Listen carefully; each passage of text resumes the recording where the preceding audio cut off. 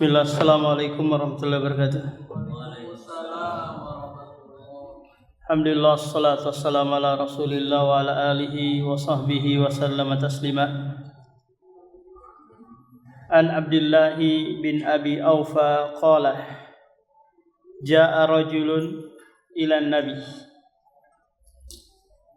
Kata Abdullah bin Aufa, ada seorang mendatangi Nabi lalu berkata, Inilah astati'u, sesungguhnya aku tidak sanggup membaca sesuatu dari Al-Quran Al-Karim.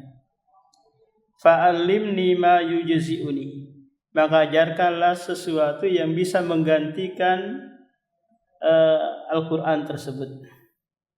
Dia kepengen sholat, cuman dia belum bisa membaca Al-Quran. Apakah Al-Fatihahnya atau surah-surah yang lainnya? Qala, lalu Rasulullah mengajarkannya zikir-zikir, yaitu pengganti surah Al-Fatihah. Subhanallah walhamdulillah wa la ilaha illallah wallahu akbar wa la hawla wa la quwata illa billahil aliyil azim. Yaitu engkau membaca Subhanallah, maha suci Allah, segala puji baginya, tidak ada Tuhan yang berhak disembah kecuali Dia. Allah maha besar, tidak ada daya dan kekuatan kecuali dengan pertolongan. Ia maha tinggi lagi maha agung. Tapi hadis ini dhaif karena di dalam sanadnya ada Ibrahim As-Saki. Dia ini dhaif. Tapi karena banyaknya jalan yang menguatkan hadis ini sehingga terangkat menjadi apa? Menjadi hasan li ghairihi. Sehingga hadis ini bisa diamalkan, Pak, bagi mereka yang belum bisa membaca Al-Fatihah. Apakah dia baru masuk Islam mungkin, atau belum ada yang mengajarinya baca Al-Fatihah yang benar. Tapi kalau sekiranya dia sanggup membaca sebagian saja, contoh dia bisanya baca Alhamdulillah, maka lebih baik membaca ini daripada apa? Beralih kepada badal. Wa yuf'alul ba'du minal ma'muri insyaqqa fi'lu sa'iril ma'muri. Jadi perintah itu dikerjakan sebagiannya jika tidak sanggup mengerjakan secara keseluruhan. Jangan terburu-buru beralih kepada badal kalau masih bisa mengerjakan sebagian. An Abi Qatadah radhiyallahu anhu qala kana Rasulullah yusalli bina fayaqra'u fi adh-dhuhri wal asri fi raka'atainil ulayaini bi Fatihatil kitab wa surataini wa yusmi'unal ayata ahyanan wa yutawwilur raka'atal ula wa yaqra'u fil ukhrayaini bi Fatihatil kitab. Muttafaqun alaih. Abu Qatadah menceritakan Rasulullah pernah mengimami kami, lalu dia membaca di salat duhur dan asar di dua rakaat yang pertama dengan surah Al-Fatihah dan surah. Wa yusmi'una, dan dia kadang memperdengarkan kami dan memanjangkan di rakaat pertama, dan di dua rakaat terakhir yaitu 3 dan 4 dia hanya mencukupkan dengan Al-Fatihah saja. Hadis Abu Qatadah dan hadis setelahnya nanti, Pak, ini menjelaskan tentang bacaan setelah Al-Fatihah. Kita tahu bahwa bacaan setelah Al-Fatihah itu hukumnya sunnah. Paham? Hukumnya sunnah, bukan wajib, bukan rukun, tapi apa? Sunnah. Jika si imam mau membaca silahkan, jika tidak maka boleh langsung ruku. Ada nggak kira-kira, Pak, imam setelah baca Al-Fatihah waladhdallin gitu, karena pusing nggak tahu baca apa nih, karena saking banyaknya hafalan, akhirnya apa? Langsung ruku.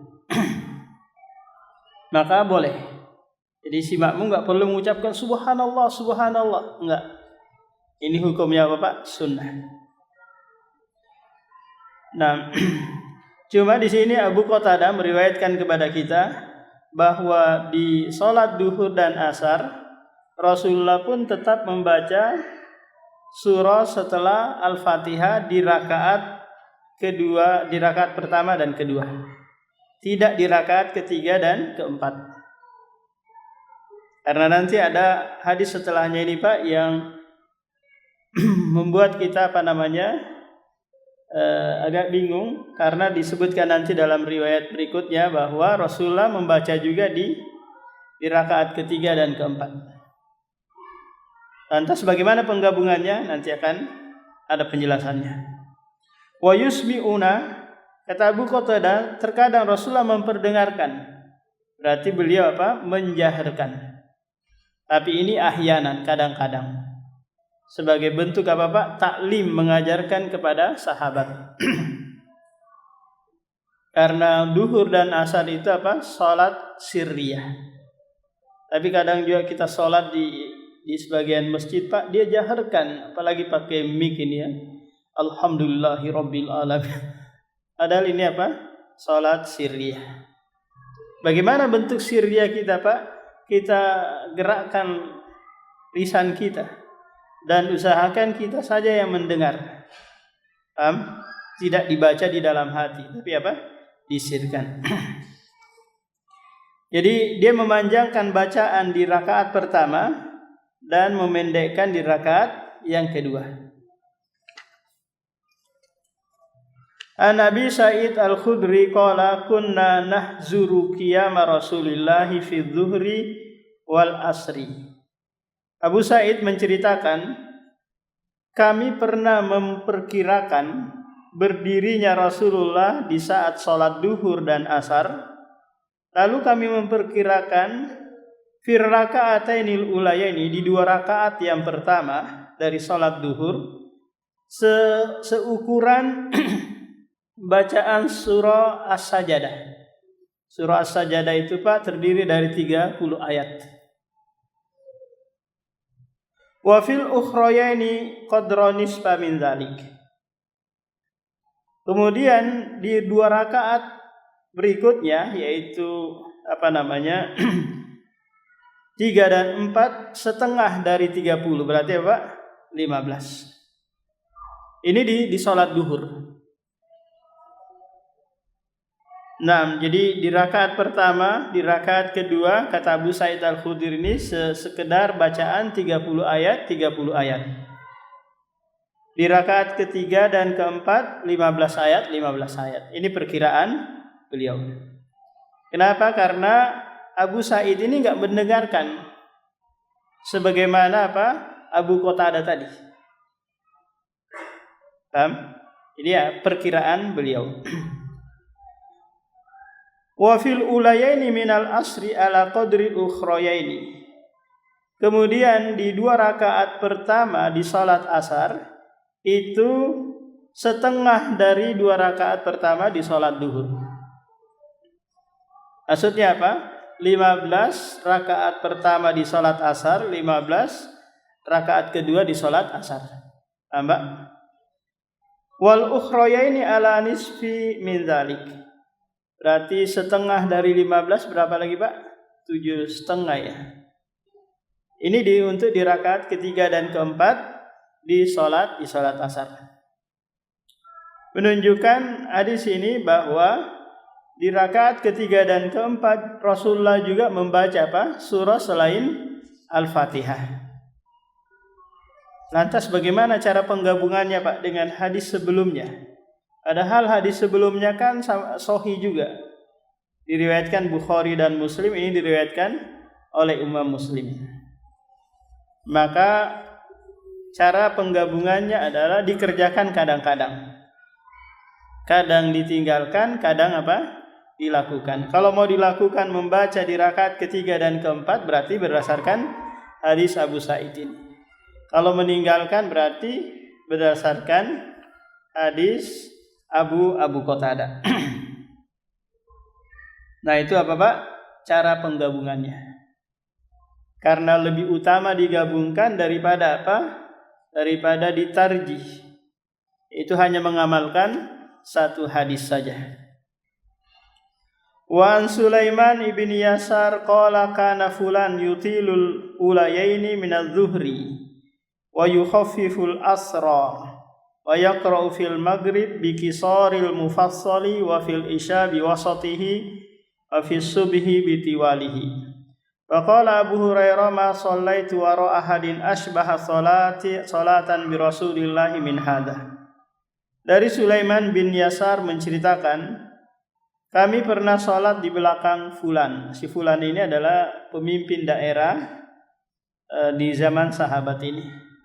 Dia memanjangkan di 2 rakaat pertama dari sholat duhur, lalu meringankan di 2 rakaat pertama di sholat asar. Lalu dia membaca di sholat maghrib dengan qisar al-mufassal. Apa makna qisar al-mufassal ini, Pak? Maknanya adalah surah-surah yang banyak dipisah dengan bismillah. Jadi ada tiwalul mufassal, ada wastul mufassal, ada qisarul mufassal. Jadi tiwalul mufassal itu, Pak, mulai dari surah Qaf hingga surah Abasa. Nah, ini biasa dilakukan, dibaca Rasulullah di salat subuh. Kalau pertengahannya itu mulai dari surah At-Takwir hingga surah Ad-Duha. Paham? Kalau yang paling pendeknya mulai dari surah Al-Insyirah hingga surah An-Nas. Ini apa? Surah-surah yang pendek. Kenapa disebut dengan mufassal? Karena banyak sekali pemisahnya. Itu dipisah dengan bismillah, bismillah. Beda dengan surah Al-Baqarah, hampir 3 juz gitu, Pak. Dia hanya satu saja bismillahnya. Digabung dengan Al-Imran, hampir 5 juz, itu hanya 2 bismillah. Nah, di sini beliau menyebutkan bahwa di salat maghrib dia membaca hanya surah-surah pendek. Di salat isya itu surah-surah pertengahan. Di salat subuh ini surah-surah yang panjang. Faqala, lalu Abu Hurairah berkata, salat di belakang pemimpin ini, aku tidak pernah salat di belakang seseorang yang mirip banget dengan salat Rasulullah daripada orang ini. Apa makna ungkapan Abu Hurairah ini, Pak? Maknanya bahwa inilah yang dilakukan oleh Rasulullah dalam salat 5 waktunya. Tapi nanti disebutkan di hadis berikutnya bahwa Rasulullah di salat maghrib itu membaca surah At-Tur. An Jubair bin Mut'im qala sami'tu Rasulullah yaqra'u fil maghrib bitur. Jubair bin Mut'im, Pak, adalah seorang musyrik yang dia diikat di tiang Masjid Nabawi menjadi tawanan Rasulullah. Kemudian Rasulullah salat maghrib, setelah Al-Fatihah beliau membaca surah At-Tur. Tur ini surah tiwalul mufassal, surah yang panjang itu. Nah, Jubair bin Mut'im mendengarkan surah ini, Pak, itu masuk Islam. Menyebabkan dia masuk Islam, karena di dalam surah At-Tur itu ada ayat yang bunyinya am khuliqu min ghairi syai'in am humul khaliqun. Apakah mereka diciptakan tanpa ada sesuatu, ataukah mereka menciptakan diri mereka sendiri? Maka jawabannya tidak. Manusia itu ada yang menciptakan. Dari hadis ini, Pak, kita bisa mengambil pelajaran bahwa tidak seharusnya si imam itu membaca surah-surah pendek terus di setiap salat maghribnya, karena ini menyelisihi sunnah. Tapi kadang-kadang saja, lihat kondisi makmum lagi tanggal 1 nih, tanggal 2 lagi semangat kajian ini, mungkin bisa dibaca surah-surah yang panjang. Tapi kalau tanggal-tanggal tua lagi lemas-lemasnya ini, mungkin bisa dibaca surah-surah pendek. Melihat apa Pak? Mura'atu halil makmum, melihat kondisi si makmum. Kalau pendek terus ini apa? Yukhalifus sunnah, menyelisihi sunnah. Karena datang juga dalam riwayat yang lain di mana Ummu Fadl menceritakan, aku hafal surah Al-Mursalat itu karena apa? Rasulullah sering membacanya di salat maghrib ya. Surah Al-Mursalat ini adalah tiwalul mufassal juga. An Abi Hurairah qala kana Rasulullah yaqra'u fi salatil fajri yaumal jum'ah alif lam mim tanzil atau surah Sajadah wa hal ata 'alal insan muttafaqun alaih.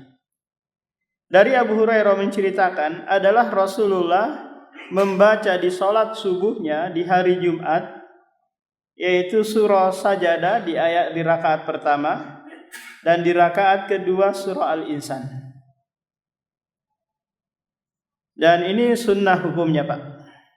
Kenapa? Karena di dua surah ini diceritakan tentang apa? Tentang penciptaan manusia. Penciptaan manusia. Dalam riwayat Tabrani, Yudi Mudalik, dia mendawamkan hal tersebut. Tapi hadis ini dhaif, lemah. Maka tidak sepantasnya si imam merutinkan terus membaca dua surah ini di subuh Jumat. Kenapa? Karena nanti takut orang awam itu menganggap wajib. Paham Pak? Menganggap wajib. Kadang-kadang saja. Karena ini adalah sunnah.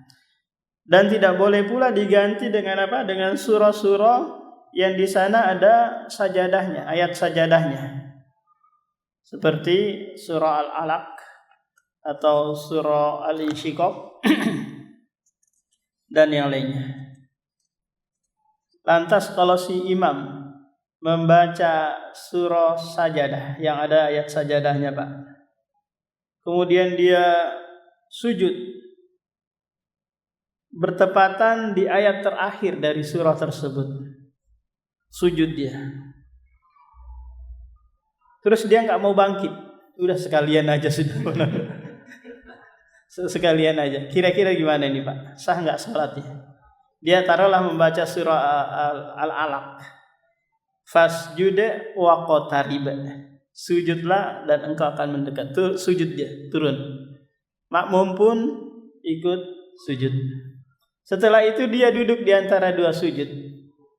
Tidak bangkit. Ini kan sudah habis akhir ayat juga sekalian. Maka ini batal salatnya. Karena banyak sekali rukun yang dia tinggalkan. Ruku, i'tidal dia tinggalkan. Maka dia bangkit lagi ke atas tanpa mengucapkan Allahu Akbar. Jadi ketika dia sujud dan bangkit dari sujud tidak mengucapkan apa-apa Allahu Akbar. Karena sujud ini sujud sunnah. Sementara sujud salat itu adalah rukun.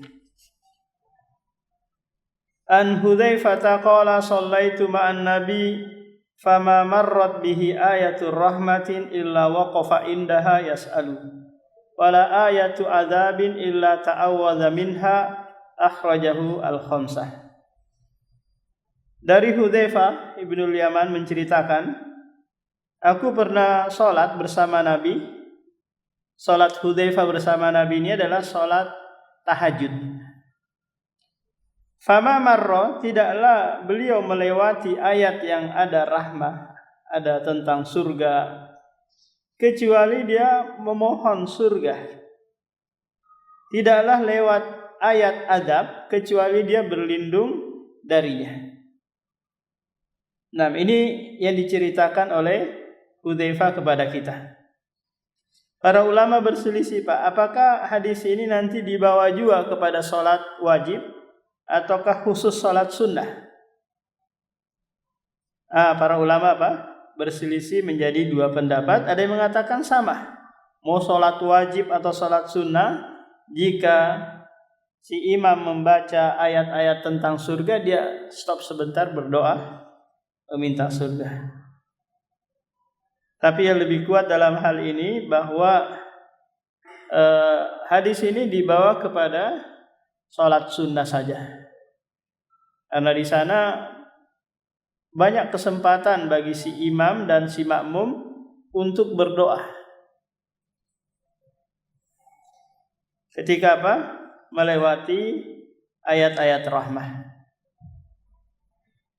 An Ibni Abbas qala Rasulullah ala wa inni nuhitu an aqra al-Qur'an raki'an aw sajidan fa amma ar-ruku'u fa'adhimu fihi ar-rabba wa amma as-sujudu fajtahidu fid du'a faqaminun ayyustajaba lakum. Dari Abdullah bin Abbas bercerita, Rasulullah bersabda, ala wa inni, ketahuilah sesungguhnya aku dilarang membaca Al-Qur'an dalam keadaan ruku atau sujud. Adapun ruku maka agungkanlah Rabb kalian. Adapun sujud maka bersungguh-sungguhlah dalam berdoa. Karena itu lebih mudah untuk diijabah untuk kalian. Jadi hadis ini menceritakan kepada kita Pak, bahwa di saat kita ruku atau sujud enggak boleh membaca Al-Quran.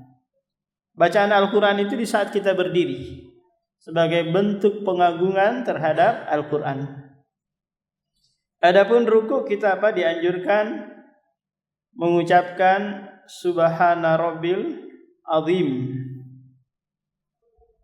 Demikian juga di saat sujud Subhana Rabbil A'la.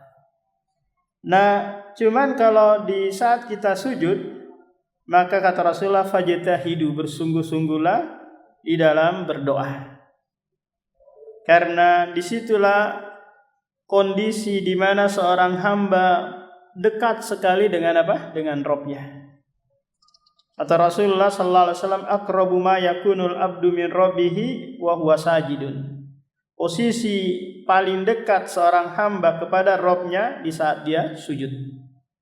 Coba bayangkan Pak, kalau ada orang dekat dengan wali kota yang terpilih kemarin, atau dekat dengan gubernur yang terpilih, maka ini kesempatan nih minta proyek, minta ini, minta itu kan, minimal jabatan atau apalah dia minta untuk keuntungan dunia dia. Kenapa? Karena kesempatan dekat. Maka Anda ketika dekat dengan Allah, maka perbanyaklah berdoa. Tapi tidak boleh dikhususkan hanya di rakaat terakhir saja Pak, atau di sujud terakhir saja. Karena ini menyelisihi sunnah. Kadang ada imam di sujud terakhir dia lama betul. Lama betul. Ternyata dia perbanyak doa di situ. Ini bagus kalau sekiranya Anda salat sendiri. Adapun kalau sekiranya di belakangnya makmumnya sudah pensiunan, apalagi yang badannya besar gitu, kasihan kalau sujud ngos-ngosan, sujud lama. Paham Pak Wayu?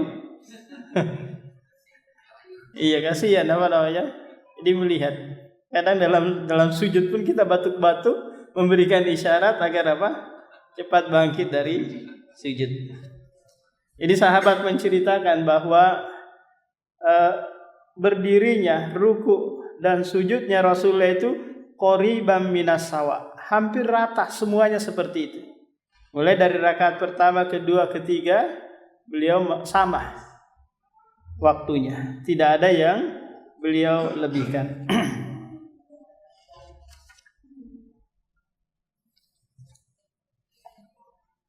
An Aisyah radhiyallahu anha qalat, kana Rasulullah yaqulu fi ruku'ihi wa sujudihi subhanakallahumma wa bihamdik Allahumma ighfirli. Dari Aisyah menceritakan bahwa saya Rasulullah sering sekali berdoa di dalam ruku dan sujudnya dengan doa subhanakallahumma wa bihamdik Allahumma ighfirli. Maha suci Engkau, ya Allah, segala puji bagimu, ampunilah aku. Rasulullah melakukan hal ini, Pak, ketika selesai turun surah An-Nasr. Surah apa? Surah An-Nasr. Di mana surah An-Nasr itu menunjukkan bahwa qurbu ajali Muhammad, dekatnya ajal Nabi Muhammad. Kenapa? Karena tidaklah seseorang itu, Pak, selesai melaksanakan ibadah kecuali diperintahkan istighfar, kan? Nah, Rasulullah selesai menyampaikan dakwah, kemudian manusia berbondong-bondong masuk ke dalam Islam, pertolongan juga telah tiba yaitu Fathul Mekah, maka dia diperintahkan istighfar dan mengucapkan subhanallah.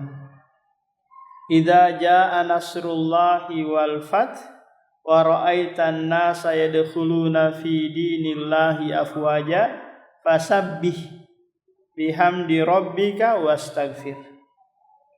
Inilah yang diamalkan oleh Rasulullah dari ayat ini. Sehingga di saat beliau ruku dan sujud memperbanyak ucapan Maha suci Engkau ya Allah dan ampunilah aku.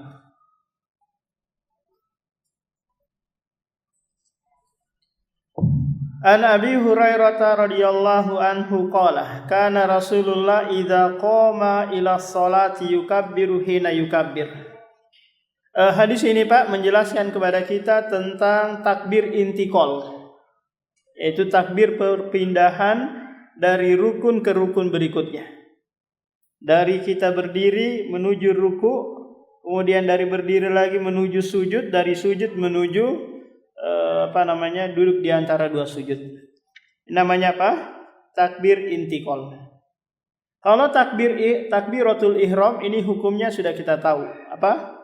Rukun.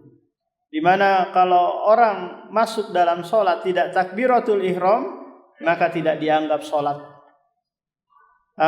Ketika ada orang masbuk, Pak, si imam lagi ruku, langsung saja dia ikut ruku tanpa diawali dengan takbiratul ihram, dia dianggap tidak sholat. Dia ucapkan dulu Allahu Akbar, kemudian takbir perpindahan lagi Allahu Akbar. Nah, para ulama berselisih nih tentang takbir intikal, apakah hukumnya wajib ataukah sunnah. Nah, yang kuat dalam hal ini bahwa takbir intikal itu hukumnya wajib. Karena Rasulullah bersabda, wa idza kabbara fakabbiru. Apabila si imam bertakbir, maka kalian wahai makmum bertakbirlah pula.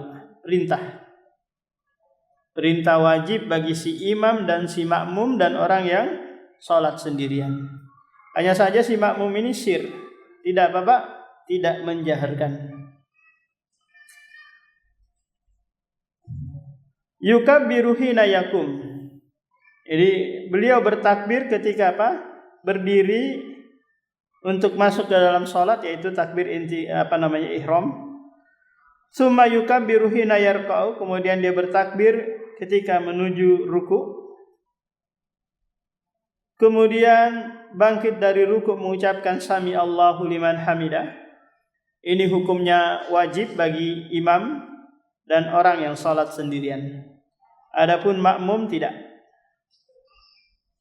Hina yarfa'u sulbahu minar ruku, ketika beliau mengangkat punggung dari ruku. Summa yaqulu wa huwa qa'imun, kemudian dia berkata dalam keadaan berdiri, Rabbana walakal hamdu. Jadi Rabbana walakal hamdu ini, Pak, ada 4 bacaan yang datang dari hadis-hadis Rasulullah. Pertama, Rabbana lakal hamdu tanpa waw. Yang kedua, Rabbana walakal hamdu. Dengan apa? Dengan waw. Kemudian yang ketiga, Allahumma Rabbana lakal hamdu. Kemudian yang keempat, Allahumma Rabbana walakal hamdu. Paham? Mau baca yang mana saja silakan. Ini wajib bagi imam dan makmum. Kita ulangi, Pak, ucapannya tadi. Rabbana walakal hamdu, Rabbana lakal hamdu, Allahumma Rabbana walakal hamdu, Allahumma Rabbana lakal hamdu. Coba ulangi Pak Wahyu.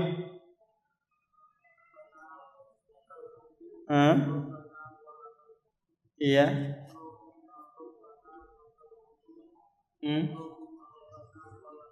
Iya. Totalnya apa? Ada 4. Kemudian summa yukabbiru hina yahwi sajidan. Kemudian dia bertakbir ketika menuju sujud. Nah, apakah takbirnya ini Pak diucapkan pas kita sujud sempurna ataukah di pertengahan dari berdiri menuju apa? Sujud. Nah, karena sahabat melihat Rasulullah sudah sempurna sujudnya baru mereka apa? Turun. Nah, jadi si imam di sini boleh dia membaca Allahu Akbar-nya pas di pertengahan ataukah sudah sempurna sujudnya baru dia apa Pak? Mengucapkan Allahu Akbar. Kalau sekiranya ini apa? Kalau sekiranya Pak ya, si imam membaca di pertengahan, lantas si makmum ini kemungkinan mendahului imam, maka si imam apa? Membaca di saat dia sujud. Paham Pak? Jadi lihat kondisi makmum. Kalau si makmum ada di belakang yang dia istijal, terburu-buru pas sholat gitu, maka si imam membaca apa? Di saat dia sudah sempurna sujudnya. Karena mendahului imam dalam sholat kan haram hukumnya Pak. Kalau bersamaan hukumnya makruh. Tapi yang benar bahwa makmum mengikuti imam. Kemudian summa yukabbiru hina yarfa'u ra'sahu. Kemudian mengucapkan takbir lagi ketika bangkit dari sujud. Summa yukabbiru hina yasjudu. Kemudian bertakbir lagi ketika mau sujud yang kedua. Summa yukabbiru hina yarfa'u. Kemudian bertakbir lagi ketika mengangkat kepalanya dari sujud yang kedua Pak, menuju rakaat berikutnya. Apakah jalsatul istiraha ataukah tidak? Karena hadis tentang jalsatul istiraha, duduk sejenak itu Pak, ini sahabat yang meriwayatkan ini belakangan masuk Islamnya. Menemukan Rasulullah sudah fisiknya agak gendut ya. Sehingga beliau istirahat dulu, duduk sejenak dulu, baru bangkit menuju rakaat berikutnya. Ini jalsatul istirahat. Tapi kalau mau memungkinkan Bapak langsung bangkit tanpa duduk juga boleh. Summa yaf'alu dzalika fi sholati kulliha. Kemudian dia lakukan hal itu di salatnya seluruhnya. Wa yukabbiru hina yaqumu minas nataini ba'dal julus.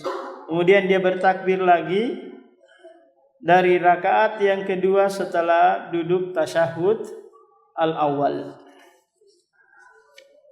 An Abi Sa'id Al-Khudri qala kana Rasulullah idza rafa'a ra'sahu minar ruku' qala Allahumma rabbana lakal hamdu mil as-samawati wal ardi wa mil ma syi'ta min syai' ba'da ahlas sana'i wal majdi ahaqqu ma qala al-abdu wa kulluna lakal abdun Allahumma la mani'a lima a'taita wa la mu'ti lima mana'ta wa la yanfa'u dzal jaddi minkal jaddu. Kata Abu Sa'id Al-Khudri adalah Rasulullah apabila mengangkat kepalanya dari ruku menuju i'tidal Pak, dia membaca Allahumma rabbana lakal hamdu, dilanjutkan lagi dengan doa. Pujian kepada Allah dan doa. Yaitu mil as-samawati wal ardi dan seterusnya. Nah, kalau Bapak mau melanjutkan ini hukumnya sunnah. Tapi kalau hanya mau mencukupkan dengan Rabbana lakal hamdu atau Allahumma rabbana lakal hamdu, berarti sudah menggugurkan kewajiban.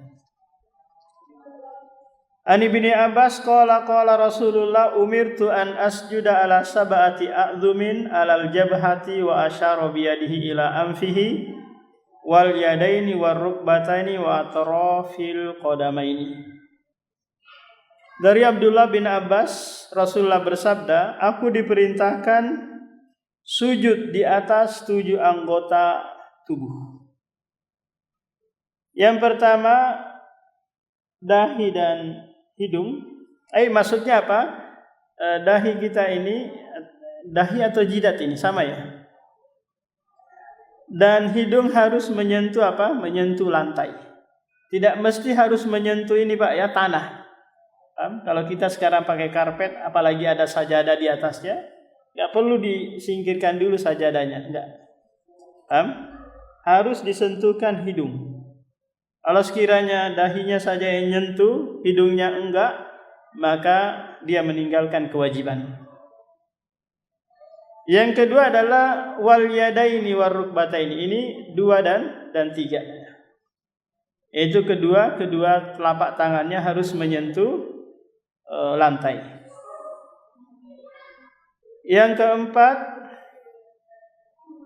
dan kelima adalah rukbataini, kedua lututnya juga harus menyentuh lantai. Yang keenam dan yang ketujuh atrafil qadamaini, yaitu ujung-ujung jari kaki ini harus juga menyentuh lantai. Jadi ke-7 anggota tubuh kita ini Pak harus apa? Harus menyentuh lantai. Apakah lantainya langsung ke tanah, ataukah ada keramik, ataukah ada kain dan seterusnya.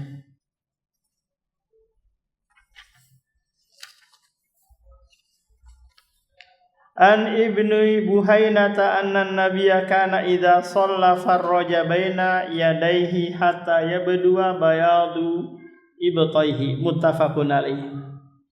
Dari Ibnu Buhaina menceritakan adalah Rasulullah apabila beliau salat, farraja, beliau merenggangkan kedua tangannya di saat sujud ini, hingga putih kedua ketiaknya kelihatan. Ketiaknya apa? Putih ini. Menunjukkan seluruh tubuhnya juga apa? Putih. Ini bagi apa Pak? Bagi imam dan orang yang sholat sendirian.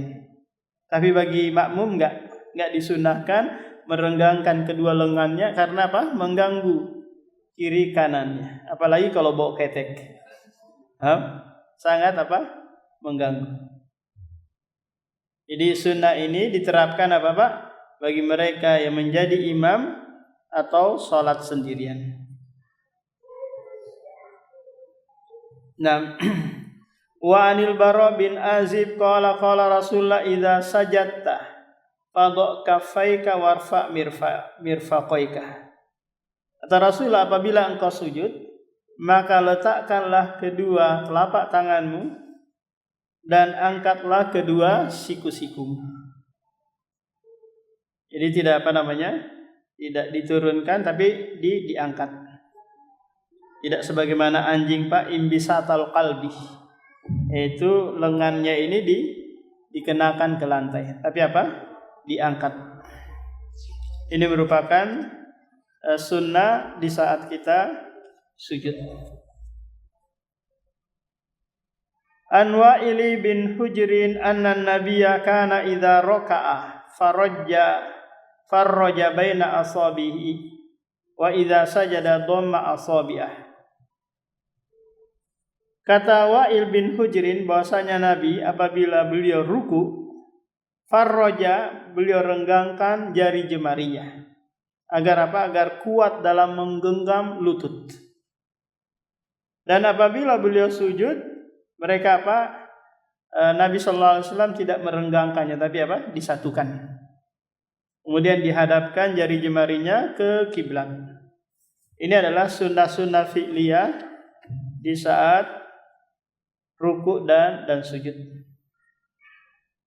Jadi yang digenggam itu lutut Pak, bukan betis, apalagi paha. An Aisyah radhiyallahu anha qalat ra'aitu Rasulullah yusolli mutarabbian. Kata Aisyah radhiyallahu an menceritakan, tatkala Rasulullah salat di rumah dalam keadaan beliau sakit. Apakah sakit yang menyebabkan beliau meninggal dunia, ataukah sakit yang beliau karena jatuh dari kuda yang menyebabkan paha sebelah kanan beliau luka sehingga beliau sholat di rumah. Kata Aisyah, aku melihat Rasulullah sholat mutarabbian. Mutarabbian ini duduk sila, Pak. Duduk apa? Duduk sila. Ini mereka yang sholatnya dalam keadaan duduk dan duduknya itu di lantai. Karena ini yang lebih ringan bagi dia. Kalau dia duduknya iftirash atau tawarruk ini berat. Jadi duduknya apa, Pak? Sila. Tapi kalau sekiranya dia bisa duduk di kursi, ini lebih apa? Lebih memudahkan lagi. Jadi lihat apa yang mudah bagi orang yang sakit ini. Kalau dia tidak bisa Bapak berdiri, maka dia sholat dalam keadaan duduk.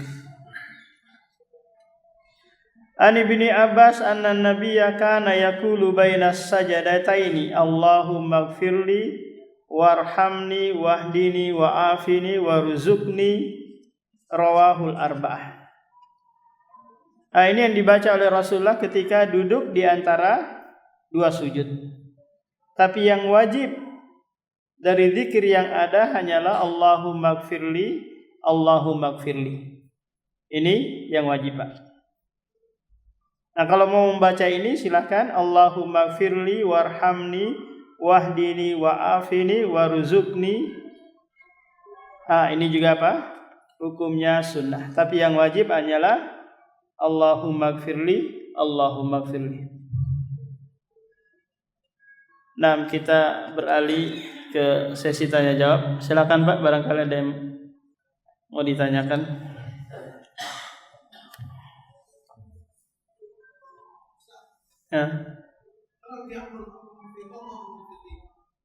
Allahumma ighfirli, Pak.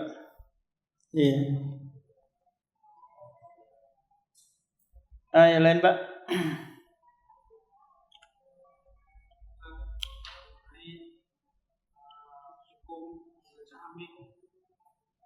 Iya.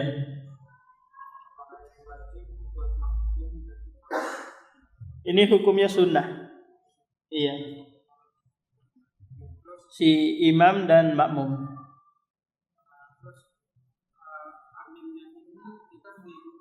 Bukan amin. Kalau amin itu Anis dan Muhaimin. Amin. Iya. Dua A-nya, dua I-nya. Iya.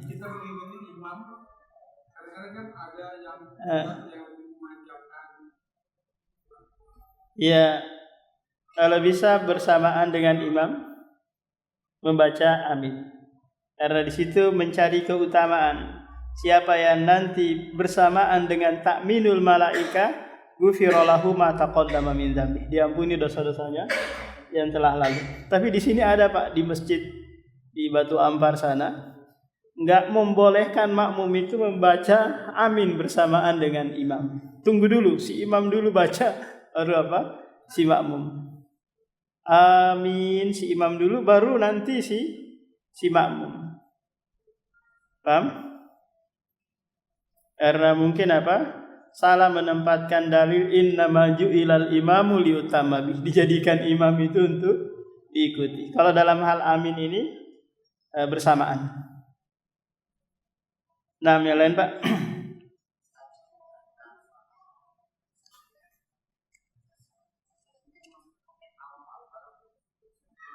Iya kah? Enggak, Pak. Enggak ada.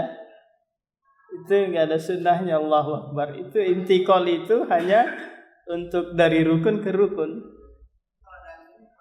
Iya, dikasih tahu aja, ini enggak ada tuntunannya. Paham?